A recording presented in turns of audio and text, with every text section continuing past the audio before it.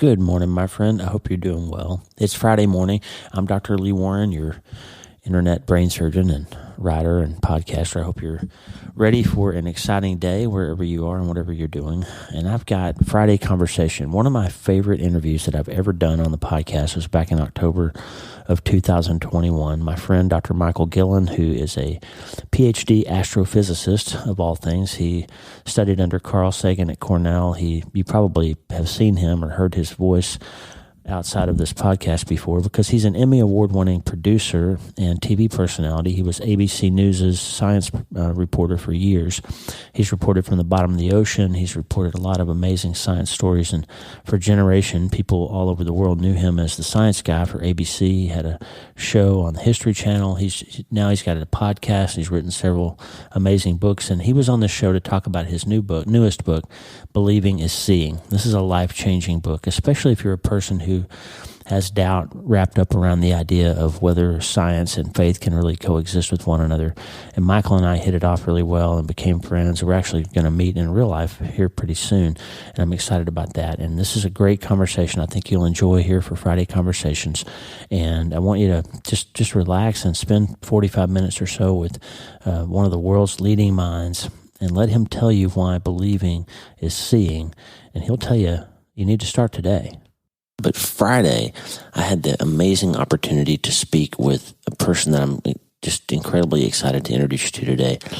You know, a lot of times when I do interviews on the show of people that I haven't known before, the first part is a little bit like a tennis match, just a little back and forth and trying to get comfortable with each other, and it's always a little awkward when you're first having a conversation. But this guy, right from the moment we started talking, we were kindred spirits. It felt like a brother that I hadn't seen in a long time.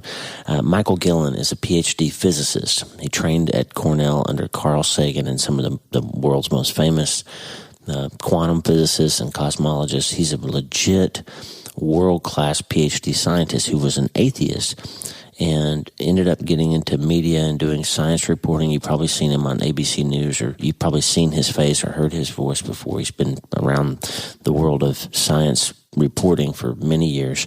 But along the journey, he met a girl.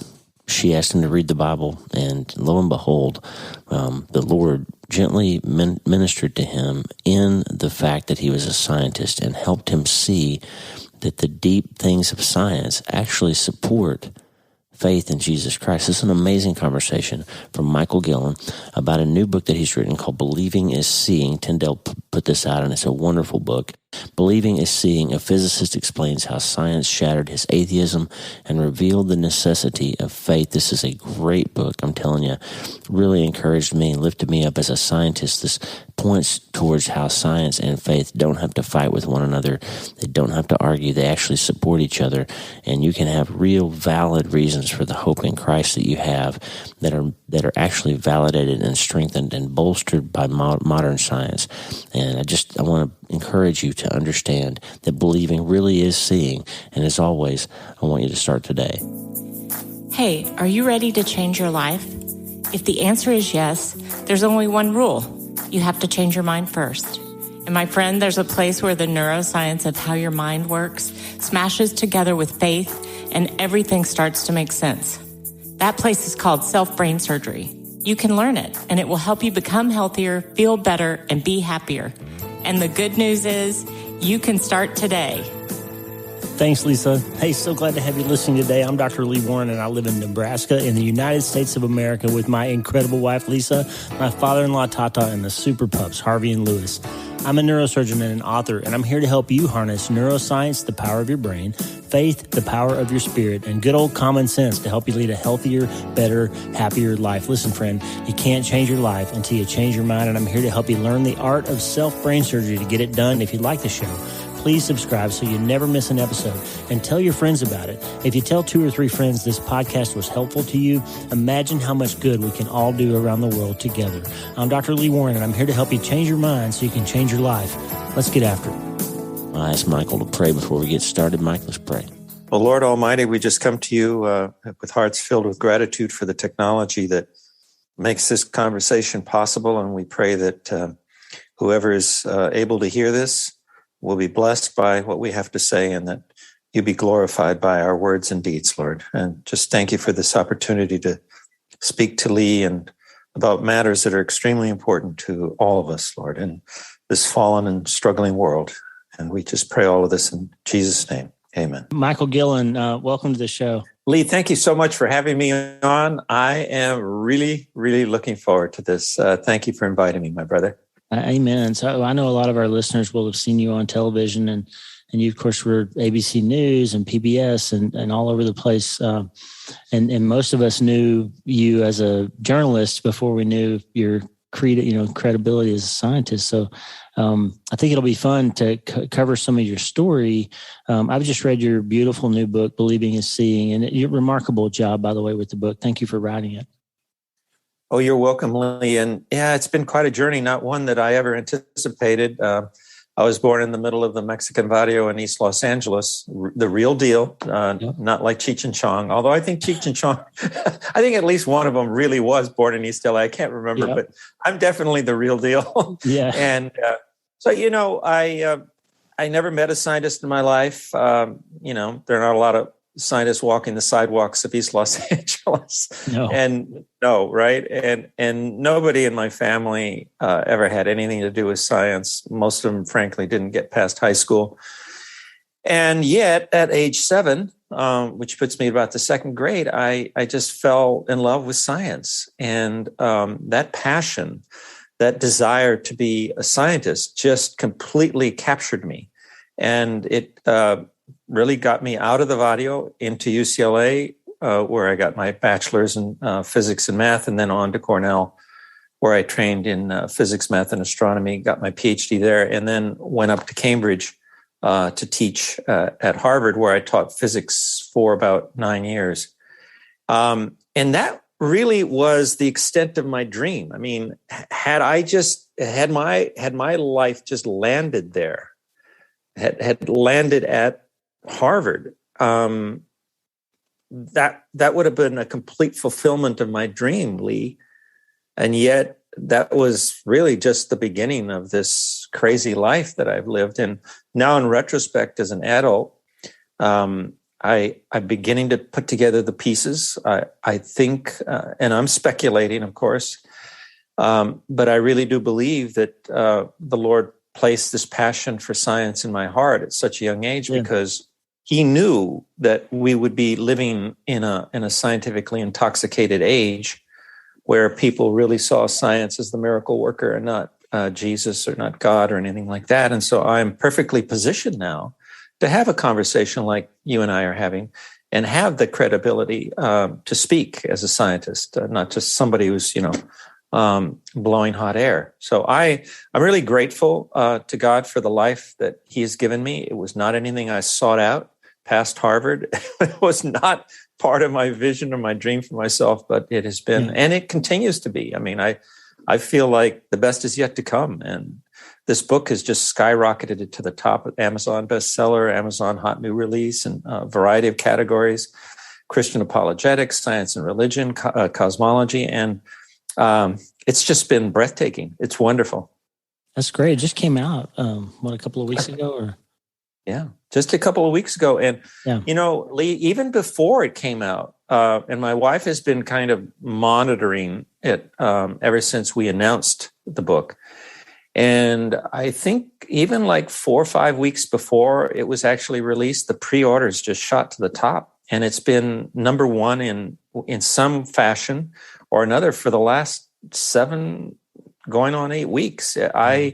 I've written a lot of books, but for some reason, and I think I know why, this book has resonated and is resonating with the public. And I don't care if you're a Christian or a non-Christian. Yeah. If you're somebody who is just sincerely interested in understanding life, understanding why we are here, what's expected of us, what's this all about, then this is a book that's going to appeal to you. It's got a lot of cutting-edge science, a lot of the stories. I salt it with a lot of the anecdotes from my career as a journalist, and it's also very solidly biblically based. So it is. I think it's hit the jackpot for that reason. Yeah. I think so too. And I think for the time, there's such a time as this. notion to it of, we're in a period of time right now where people are looking to science to answer some scary questions for them. Are we going to be able to get through this pandemic? And should I take the vaccine or not? And all these things where everybody's kind of clued in to trust the science, follow the science. And here at the same time, we have, what do I really believe about God and how do those two things marry up? And so having a Christian who's also a real scientist, and he's not he's not your country doctor. He's a PhD scientist who's a physicist and a cosmologist and all these big branches of science that question how we even got here. I think it's very timely, Michael, and you wrote it very well. Thank you. It's got some God connotation to it, obviously, as I read it. So I'm really impressed. One of the things the book does is to just chronicle my journey from atheism, from that little kid who just fell in love with science and had no room in his worldview for God or anything related to God. I was just completely consumed, dominated by science, to that grad student at Cornell many years later who began questioning what questions science could answer thoroughly and which ones it couldn't. And one of the things that I discovered as a grad student was that the universe is mostly invisible. We now believe that about 95%. Imagine that. Yeah. Imagine that, Lee. 95% of what we call the observable universe, which is kind of a misnomer, really, because 95% of the observable universe is invisible. Unobservable. And yeah, right. And we won't even talk about the unobservable universe. But, we believe it's locked up in the form of dark matter and dark energy. And those are names for things we just don't understand. They're placeholders. That's right. We may as well just call it, matter X and energy X. We absolutely have no idea what they are. That's right. So it threw me into a crisis because then I thought, well, wait a minute. I've been living by the motto, seeing is believing. I'm not going to believe something unless I can see it, test it experimentally, and so forth and so on. It's a very typical scientific motto and very skeptical. And I knew I had to ditch that because now science itself, my beloved science, was demanding that I believe in a universe that I mostly cannot see.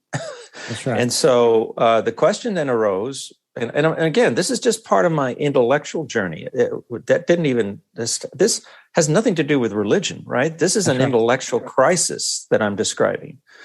And it began for me in about the second year of grad school. And so I knew I had to ditch seeing is believing, but then the question is, well, what then do I live by? What motto do I live by? And beyond that, I started asking myself the pointed question, how did this amazing, mostly invisible universe come to be? And then I discovered that it was designed for life. If you look at all the parameters, the relevant parameters of the universe, what we call the natural constants of nature, or the natural constants rather, they all line up so that the universe is hospitable to life. And that's either a gigantic coincidence, which it could be, right? It's infinite.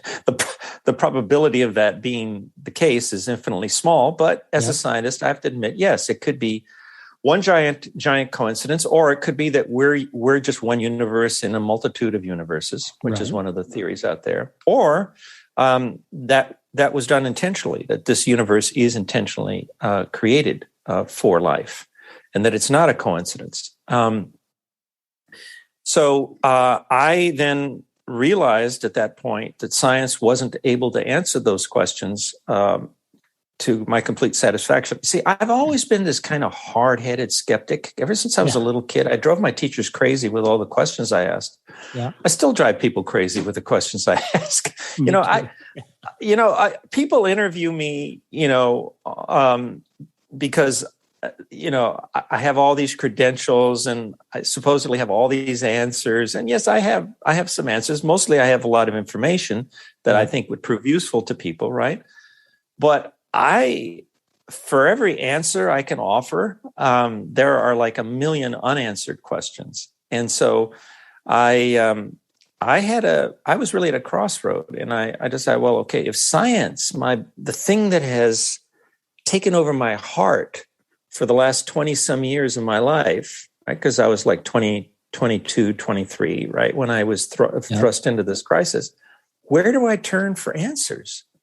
And I remember Carl Sagan, who was a professor of mine at Cornell. I had taken classes in exobiology from him, which is the study of life outside the universe, outside the Earth.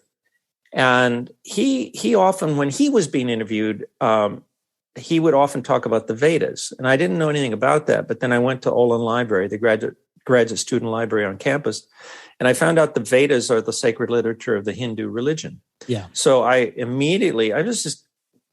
just like to ask questions. I'm a very curious person. I knew nothing about Hinduism, nothing about the Vedas. So I started informing myself of them. I just immersed myself in Hinduism. And then a friend of mine, as I recall, gave me a copy of the I Ching.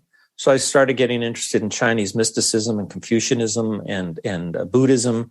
And then my thesis professor was Jewish, so I got interested in Judaism, even started going to Shabbat services with him on Friday nights. And then a guru was making the rounds of the college campuses back then, Maharishi Mahesh Yogi. Yeah. And I was captivated with the whole idea of transcendental meditation because the guru promised that if you became a real devotee of transcendental meditation, you could actually levitate. So I thought, as a scientist, I thought that would be really cool to countermand gravity. So I was still the nerd, and none of it panned out for me. None of it answered my questions. And then on a dare from a beautiful co-ed, I read the Bible with her, and I tell that whole story in the book. We don't need to get into it here unless you want to, but. It's Lee, look, I mean, I'm explaining to you what happened to me over the course of decades. Yep. I'm condensing it down to a few minutes. And even as I'm recounting it for you and your listener and your viewer, it's hard for me to really believe. I mean, you can't make this stuff up. I couldn't write this script.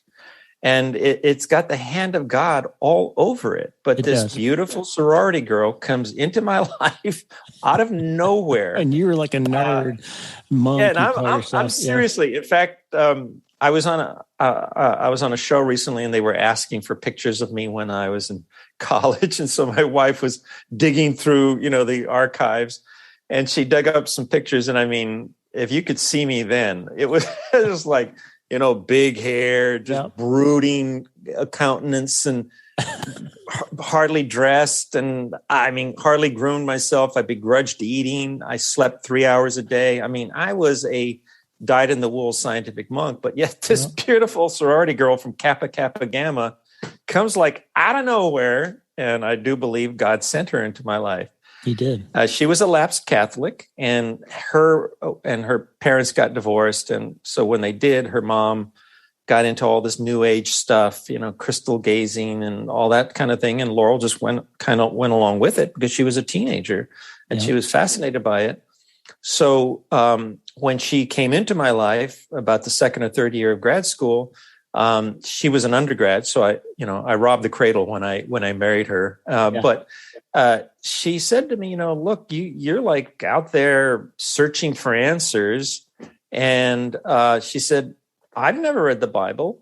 You've never read the Bible. If you read it, I'll read it with you. And I mean, I was a nerd, Lee, but I wasn't stupid. And I thought, wow, that would be a nice way to spend a little more time with this really pretty girl, because I felt I hit the jackpot. And I hadn't, and by the way, I'd never had a girlfriend. I mean, I had no social life.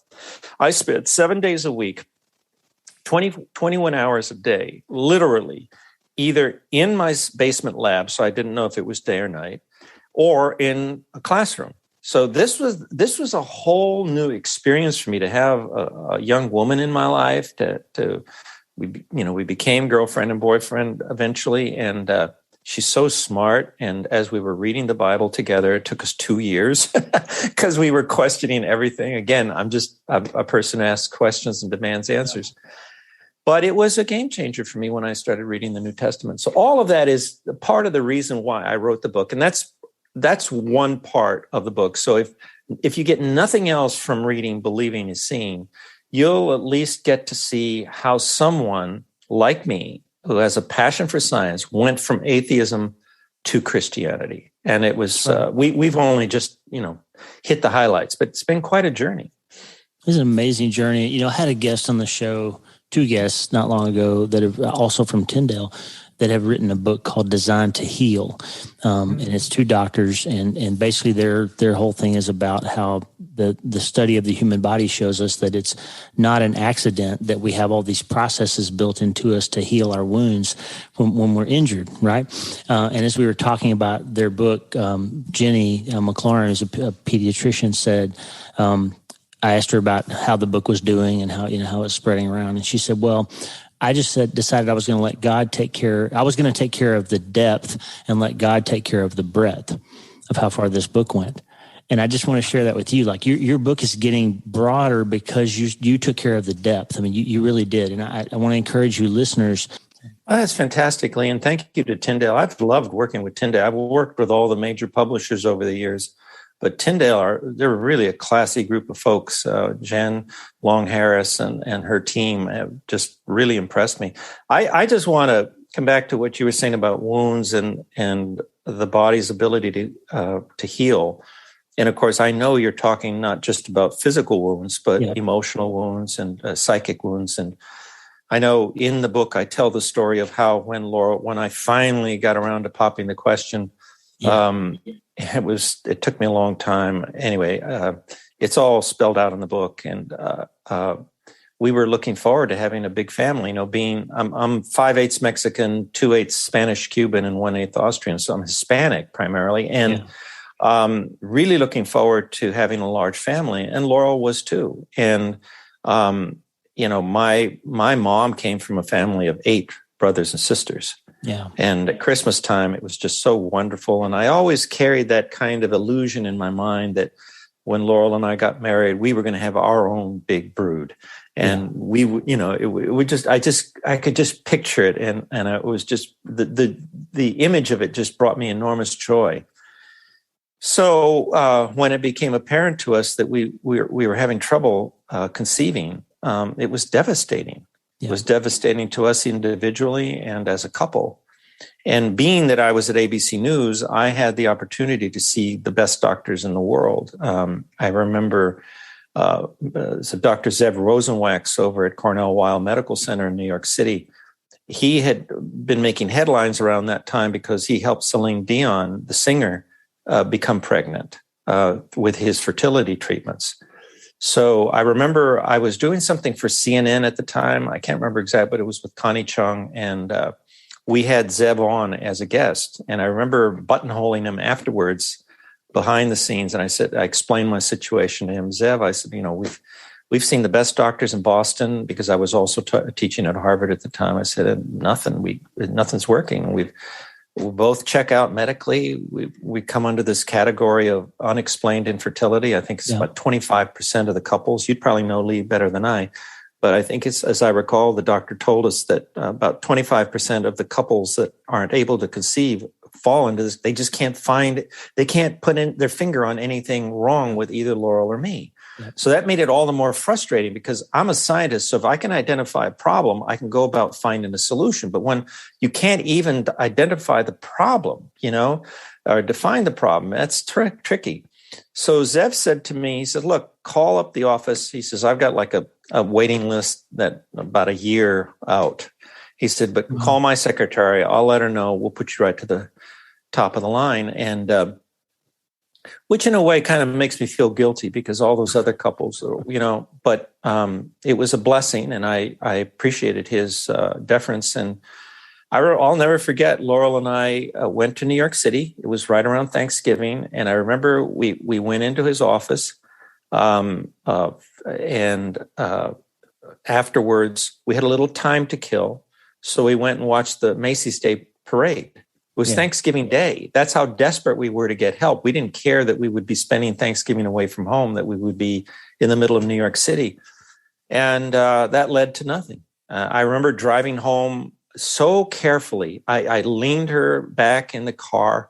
This is really hard for me to recall, but we were so hopeful that Zev would be able to help us. And so when we went through the whole operation of the little embryos being implanted in her and the blastocysts implanted in her womb and so forth. And I remember having to drive from New York City back to Massachusetts, and I laid her down in pillows and, just drove like 30, 40 miles an hour.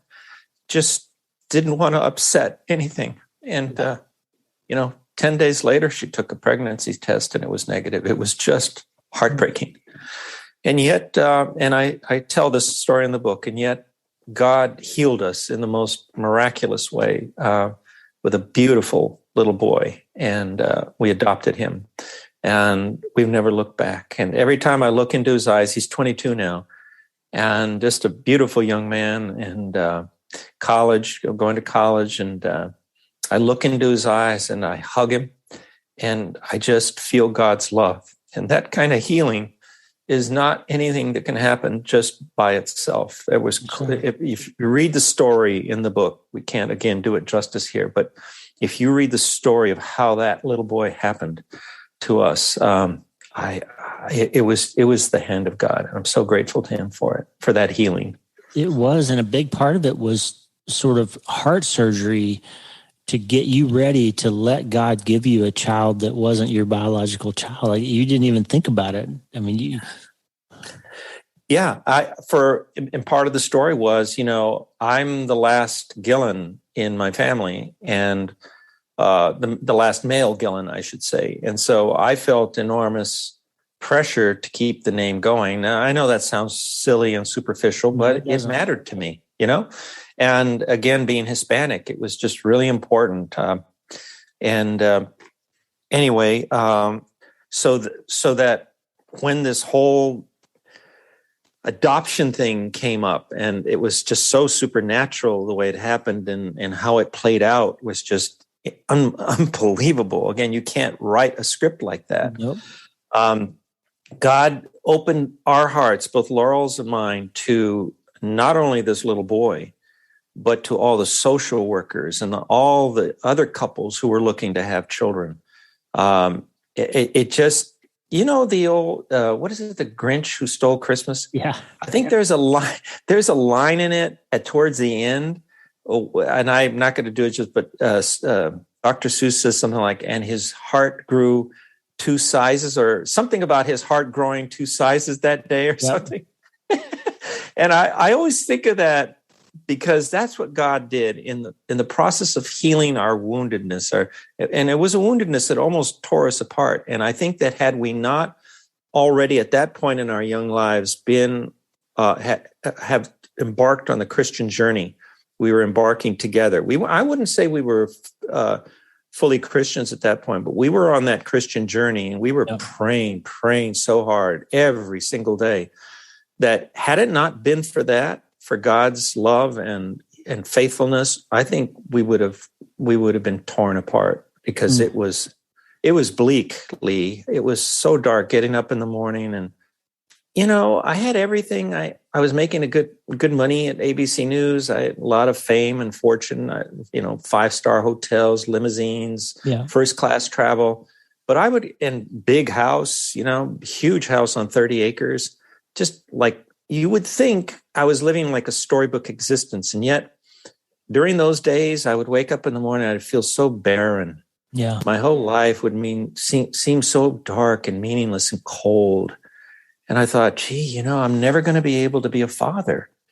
And the name's going to stop with me. And all that stuff was just playing in my head.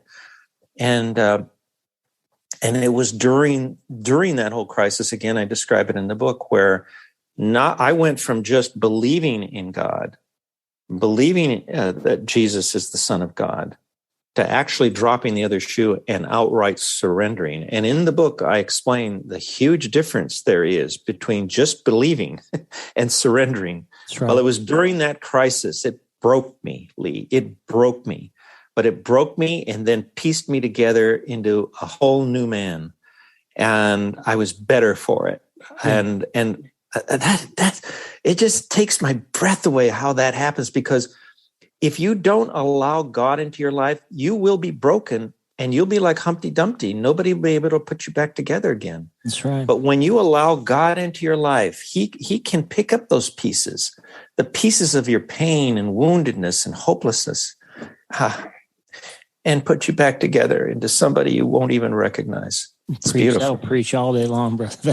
That's beautiful. I'm going to share something with you. We haven't talked about this. I don't think I've said it out loud to anybody, but Lisa and I have a blended family. So she had 2 children and I had 3 children. We married and both had kind of some brokenness in our past, and our families blended beautifully, and her kids are my kids and my kids are her kids, and they've never called each other step anything. It's just been a family, and God did that.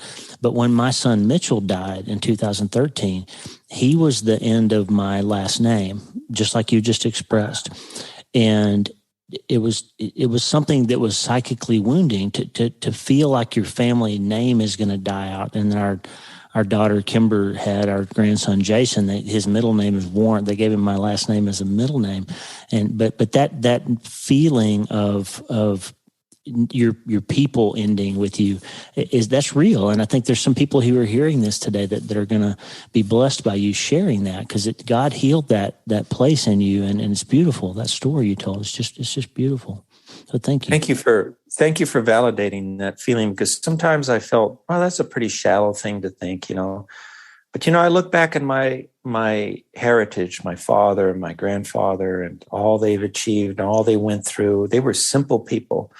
My grandfather never went past the 3rd grade, and my dad worked his way up from nothing to become an attorney. And I was so proud of my dad. I am proud of my dad. Yeah. He's with the Lord now. And then to just think that I'd come along and drop the ball somehow, that legacy was going to die with me. But you know what, Lee? What I just discovered so much in this journey. And one of the things I discovered is just how overrated genes are. And I think you kind of alluded to it right now. I remember in preparation for adoption in Massachusetts, Laurel and I had to attend 4-hour classes every Monday night for I don't know how many weeks. And it was pretty grueling. It was interesting. And you got to meet a lot of really interesting people, other couples who were looking to adopt and so forth. And every Monday night, they would have at least one featured speaker. And I remember, I think I tell this story in the book at greater length, but I remember this one gentleman, one Monday night, he was there, and he had like 8 kids, and talk about a blended family. Some of them were his biological children, and some of them were adopted children. And I just listened to him. And afterwards, the break, when we broke for coffee and cookies, I went up to him and I said, "Be honest with me." I said, "Do you love your biological children more than your adopted children?" And I really emphasized that, please be honest with me. Don't blow sunshine. I need to know, because this is really scary what Laurel and I are going through right now. And he didn't even blink an eye, Lee. I'll never forget. And now you know it's true. Yeah. He said, "No, there's no difference." He said, "In fact, I'm going to let you in on something." I said, "My favorite kid is little Frankie. I adopted him." And then he went on, and I tell the whole story in the book. But, oh, Lee, I mean, think about what we're saying. I mean, I wouldn't wish that kind of pain and woundedness on anybody. But on the other hand, I cherish it. If it hadn't been for that season in our lives, we wouldn't be the people we are today. And we are better off because we went through that trial and tribulation and allowed God to help to heal us. That's right. And I can't imagine not having to go through, and not imagining that I have my boy who I love so much. Yeah. And there's hardly a day that, he's in Denver now. We're in Texas, but he's going to college and he's got a girlfriend, and I'm so proud of that boy. there's hardly a day that I don't at least text him and say, I love you, because I want him to know how much I just thoroughly love him. And I tell him, you are the best son any father could ever hope for. And I mean that, Lee. I mean it sincerely. I can't imagine a father hoping to have a better son than mine. And it's all because of God's healing mercies. It's all him. Praise God. I'm going to segue. I think what we're about to get into is going to validate what you just said. But I think the story of you being, so you were raised really by Christians, Pentecostals, right?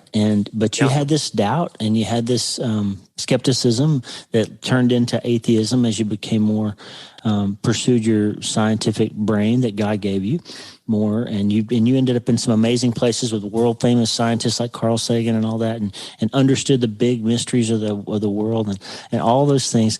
And then God broke you in a particular way, and your scientific brain was able to see. He came to you and allowed you to see him in the big things of the universe in ways that explained what you found out from science, that explained God to you. And he did the same thing for me, almost in reverse. In neuroscience, the questions get smaller. We look deeper into littler things and smaller things, and we keep going. And a lot of people have asked me, why do you believe in God if you're a brain surgeon? How can you be so silly, right? And I say, well, every time we develop a better imaging study, we see more organization and more detail, and the questions get bigger.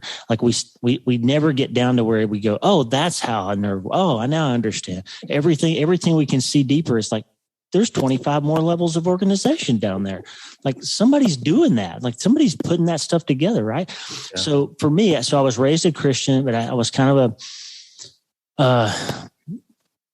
I was saved, but I wasn't 100% convinced, because I was dealing with neuroscience and, dealing with these big questions, and I believed, but I didn't believe at the same time. And when I lost my son, I really needed to believe that I was going to get to see him again. And I really had to figure out how it could be true that Jesus said, in this world, you're going to have trouble, but that he came here to give us abundant life. Like I needed to figure out how both of those things could be true at the same time. And the Holy Spirit said to me, the same way quantum physics works, Lee, an electron can be in two places at the same time. Like it can be true that life can be hard and life can be beautiful. And it can be true that your son is dead, but he's alive. And it is true. And so I saw in your story a lot of parallels to mine. And just for a second, like give us a glimpse into this big brain of yours that God gave you, and how you needed some way to answer all those questions you couldn't answer in science. And somehow God answered all of them in a way that was valid for you. Like just talk about SQ, IQ, all that stuff. You covered that ground. It's so perfect. Well, thank you, Lee. And I will just clarify one thing, and that is, yes, I was raised by parents who were Spanish-speaking Pentecostals, and we would go to church, like 7 days a week or something like that. They would take us, and the sermons would go on and on. But here's the thing: it never meant anything to me. Why? Number one, the services were held in Spanish, and I didn't speak Spanish. I was already anglicized by then. My dad spoke Spanish and my mom spoke Spanish and my grandparents spoke Spanish. I didn't. I was that new generation, right? That didn't want to have anything to do with. In fact, I was embarrassed by that. And I remember and this is just a digression, but it'll show you what I'm trying to tell you. My best friend was visiting at our house, and I think we were in my bedroom, and we were just playing a game or something, listening to the radio. And all of a sudden, I hear a knock on the front door, and it's my grandmother, and she was loud. She was Cuban, and she was loud, and she spoke Spanish loudly. And as soon as I got wind of that, I'm just ashamed to recount. I don't think I've ever told this story before, but here you go. Here we go. I did not want my friend to hear that. I didn't want him, because there was some discrimination against Mexicans and stuff growing up in LA. But more than that, I was just ashamed of it. And so I actually made him get out of my bedroom through the window. I opened the window and I made him crawl out. Both of us just crawled out. I just wanted to get away from that house as quickly as I could. And so, yeah, we would go to church, but I didn't understand what was going on. I didn't care to know what was going on. And the only thing I really cared about was the food they served at the services or between services. It was usually Mexican food, which I still love to this day, and pan dulce, which is the sweet bread, and which I love so much. And also I got to play the drums. They would take us kids after Sunday school up into the main sanctuary, and the kid who was first in line went to the drums and got to play them. So I always muscled my way to the front of the line, but truthfully, that's all that meant to me. I mean, I didn't know nothing. I hadn't read the Bible or anything. So it wasn't even that I was skeptical. I was just clueless. All I cared about was science. And so, but anyway, yes. When I took Laurel up on that challenge in about second or third year of my grad studies to read the Bible, I did it, grudgingly, because I had told her at one point, I said, I really don't want to read the Bible because people who read the Bible hate science. At least that's my impression, right or wrong. That was my impression. So why would I want to read this book that people who love hate science? It's my number one love in life. So, but anyway, because I wanted to spend time with this pretty girl, I did it. So I think that was part of God's plan too. It's like, but anyway, what struck me is we went through the Old Testament. It was interesting enough. I wasn't particularly impressed. And frankly, if it had been only the Old Testament, I would probably still be an atheist. Yeah. Because there was nothing in there that struck me as particularly earth-shattering. It was all very logical. An eye for an eye, a tooth for a tooth. You wrong me, I wrong you. Right. You screw up and I'm going to punish you. And, it was just this kind of back and forth between us and God. He would offer us a second chance, we'd blow it. And he offers us a third, and he'd punish us, and then he'd offer us, and then we'd blow it. And there's like no happy ending. By the time you get to at the end of Malachi, it's like, this is like the most depressing story in the world. Why in the world would I want to base my life on the Old Testament? It just doesn't make any sense. Right. But when we started reading the New Testament, within weeks, it was like, wow, it was like a thunderbolt. Why? Because of Jesus, this character Jesus, who is clearly the central figure of the New Testament. And he just like comes out of nowhere, and he just lights up the Bible. I mean, like there's a darkness in the Old Testament, and then Jesus comes into the world, and there's just like light and hope and love and forgiveness. It's a whole different theme, a whole different narrative. That's right. And in particular, the way Jesus spoke struck me when he said things like, the first shall be last, or you should love your enemies and not just your friends, or you need to die in order to live. All these things, which on the surface make no sense. They're illogical. And you want to say, what is this man talking about? This is just gibberish. Yeah. And a lot of people, in fact, do dismiss Jesus in the New Testament because they don't think beyond that. I had the advantage because I had been learning quantum mechanics now for some years. Yeah. And I immediately recognized in the way Jesus was speaking the truths that I had been learning in quantum mechanics. He was speaking quantum mechanics. He was speaking the language of quantum mechanics. I'm thinking, what are the odds of this? A book that was written, thousands of years ago, or, at least a couple thousand years ago, right? A book that was written a couple thousand years ago, we're focusing on the New Testament. And it is like jibing so astonishingly with quantum mechanics, which only dates back to the 1920s, the 20th century. Yep. So that got my attention. It didn't make me fall to my knees, but it did capture my attention. Why? Because in particular in quantum mechanics, one of the things we learn is that there are two varieties of truths. Now, I have, the way I explain it is not, is different than where anything I've ever read before. But in thinking about it and in living with it and digesting it and so forth, I explain it in the book in a way that I don't think has ever been explained before. But in a nutshell, it's this. It's what I call, and it's a term that I coined, I call quantum mechanical reasoning translogical thinking. By that, I mean this, that we have discovered in science that there are really two categories of truths. There are what I call trivial truths, and I don't say that to diminish them. They can be important truths, but you'll see in a minute why I call them trivial truths. They're just kind of trivial, common, ordinary truths. And these are truths that can be proved logically, just using simple Aristotelian logic. And they are identifiable as trivial truths because their opposites are false. So if you say, black is black, well, that's a truth, right? It's a trivial truth. Why? Because the opposite of that, black is white, is false. So that's just one simple example. I give others in the book. Yeah. But then there is this other category of truths that I call profound truths or translogical truths, and they seem to defy simple logic. They seem to sound like nonsense, like I was speaking about a moment ago, the way Jesus speaks. He speaks in a way that seems like nonsense, that's not logical. And yet, it is not nonsense. It's not logical, correct, yes, but it's not nonsense either. It's what we call profound translogical truths. These are truths that are identifiable as being profound or translogical because their opposites are also true.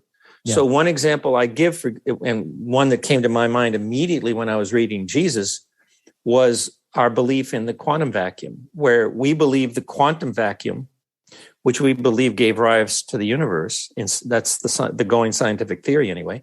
Believe it or not, that's science's theory. But the quantum vacuum, by definition, is nothing. It's empty space-time. And yet it's everything. It can give rise to an entire universe. Now, you might say, whoa, wait a minute, Guillen, what are you talking? That is not logical. How can something be nothing and everything, right? Yep. But if you study quantum mechanics as I have, there's a way to understand that it is, in fact, a profound truth. And so that struck me right away, Lee, as being completely different than any other religion. Hinduism doesn't have this. Buddhism doesn't. Judaism doesn't have this. As I said, the Old Testament is very logical. It's the New Testament. The New Testament is unique in that the language Jesus speaks is the language of modern science. That's right. And so that drew me into then a world of discovery. I mean, that was like just the thread. And when I followed that thread, it just opened up a whole new world of truths and of explanations for so many of the questions that I was asking and that nobody and nothing was able to answer. But here were the answers. And since that time, decades later now, as I'm speaking to you, it's still the case that the New Testament holds up to scrutiny, to scientific scrutiny. There is not... I had one kid, I was speaking on the East Coast at a college, major college, and he comes up to me and he says, Dr. Guillen, do you believe in the whole Bible? And, he was incredulous. He couldn't believe that a scientist like me could possibly believe in the Bible and Jesus, especially the incarnation of God. It just seems so incredible to people. And I said, I said, yes. And let me put it to you like this. I said, there is nothing I have ever read in the Bible that goes against anything I've ever learned in science. And I'll go even one step further. There's nothing on the horizon of science that even remotely threatens the truth of the New Testament. If anything, and this is like the cherry on the sundae. If anything, science is becoming more supernatural-like. So it's actually becoming more and more in line. It's coming to be more and more in line with the Bible, not less and less and less. And I give examples of that in the book. It's actually quite astonishing. It didn't have to turn out this way. It could have been, Lee, that the more we learned scientifically, the more we departed from the worldview spelled out in the Bible. That's right. But just the opposite is happening. They're actually, the two worldviews are converging. It's astonishing. I just wish more people would take the time to realize that. That's why I wrote the book. It's kind of, by reading this book, I kind of catch you up on what's going on. You don't have to do the decades of research that I've had to do to get to this point. I digest it into just a single book. You just exactly got us to the place that was the reason I reached out through Isabella, your publicist, and asked you to be here today. And that reason is this. This podcast is heard in 75 countries or so. And by the way, you've got a really nice podcast too, so we need to put a plug in there for that. I'll put your links in there. But this podcast is heard largely by people who are trying to figure out how they can find hope again and find faith again and believe again when life has given them the hardest thing that they can have. It's listened to by people, bereaved parents and infertile couples and people who have been through devastating things. And that's just somehow what my books turn out to be about: pain and loss and hope and faith and all that. And I asked you here today to say this. People need to know that it's real. People need to know that a smart person can believe in God and that there's some substance and evidence for that. And I just want you to minister to those folks, that person, for just a second, and tell us how a smart person can actually believe that there is God. Use some of your language that you used in the book and tell us that it's not true what we've heard, that science invalidates faith. I'd be happy to, Lee. And I'll just simply say this. When I was an atheist, I shared in the conceit that faith was somehow a weakness of the mind, that people who expressed a faith in God, there was something wrong with them. They were people who maybe couldn't cope with the reality of their lives, and so they invented in their minds this kind of teddy bear God or this kind of deity that would just, hug them in their times of need. And really, it was all just a delusion. Yeah. I believe that. I believed that for many, many years. But then as I began to really take seriously the Christian worldview, after having taken equally seriously Hinduism and Buddhism and all the major religions, but as I was exploring Christianity, asking the tough questions, believe me, I ask tough questions. And whoever's listening or watching, I guarantee you are not asking questions right now that I haven't asked. Yeah. Okay. I am a very thick-headed intellectual. That's why I didn't drop to my knees, even when the New Testament kind of whacked me between the eyes. I remained skeptical, and I maintained my atheism through that. I had so many questions, and I needed honest answers, and I still am. By the way, I haven't stopped. I haven't become complacent. I'm not on your show right now just telling you about something that happened to me. It is going on still. That spirit of exploration and skepticism is still going on. So when I began exploring the Christian worldview, and more than that, I started exploring our science, and not just physics, math, and astronomy, but all of science. And in light of these new revelations that I was experiencing, I discovered something that just was so stunning to me. Yeah. And that is that faith is actually the foundation, now listen to me, of the entire human experience. Yeah. It's the foundation of both religion, yes, but also of science. And I have a chapter in the book, having faith in physics, having faith in mathematics, having faith in astronomy, having faith in the scientific method, where I spell out what I'm explaining to you right now, that in every one of those disciplines, which are perceived to be such hardcore disciplines, that they're based on logic and evidence, and you hear evidence-based thinking, critical thinking, you hear a lot, You hear these phrases a lot these days, follow the science, trust the science, okay? Yeah. Well, science, I hate to break it to you, is founded on faith, and I explained it in the book, okay? So as I began to realize this profound thing, I realized, wait a minute, the notion that somehow faith is a weakness is a fraud. It's actually not true. Right. And in fact, when you look carefully at it, as I did, even right down to its biochemical roots in the human brain, which is in your bailiwick, yep, I discovered that faith, and I'm not speaking now poetically or metaphorically or anything like that, but I am saying to you as a theoretical physicist, I'm telling you that what I discovered is that faith is the mightiest power in the universe. Again, it's not metaphorical. It's not poetic. It's true. And I explain it in the book. And so I now understand that conceit that I carried around with me and that I pursued for so long is just, it's just wrong. So we are all people of faith. We are all persons of faith. The only question is your faith misguided or is it enlightened? And I explain what I mean by that in the book.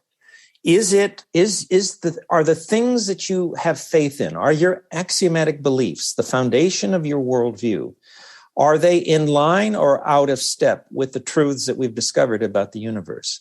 If they are in line with them, then it is enlightened faith. It's faith that you can bank your life on. But if it isn't, then you're in trouble.